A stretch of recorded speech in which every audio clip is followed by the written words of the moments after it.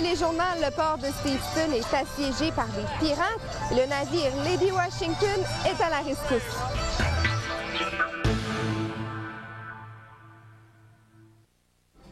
Première édition du Ship to Shore à Steveston ce week-end. Les amateurs de grands voiliers en ont eu plein la vue, mais ils ont aussi eu la chance de visiter un bateau bien spécial. Si vous ne connaissez pas son nom, vous allez peut-être le reconnaître. Myriam Zawilski.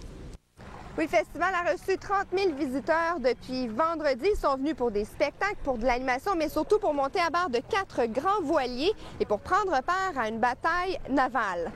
À 34 degrés de latitude au nord des Caraïbes, le navire du pirate Jack Sparrow vient d'être bombardé par le Hawaiian Chieftain, devant le regard complice de centaines de spectateurs. Car une fois à quai, il est envahi par des dizaines de pirates qui, à leur tour, dérobent le trésor.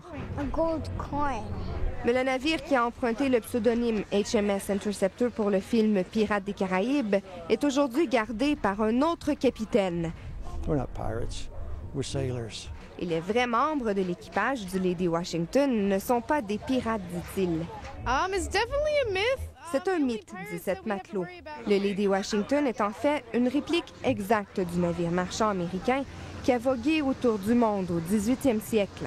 China, Japan open up trade throughout the Pacific for the new nation, America. Aujourd'hui, il continue de faire le tour de l'Amérique pour offrir des visites éducatives et pour permettre à des jeunes de s'enrôler pour l'aventure. What we are is we're a living history museum. Histoire d'enseigner ce qu'était la vie de marin de l'époque et pour ajouter au réalisme, le navire se conduit à l'ancienne.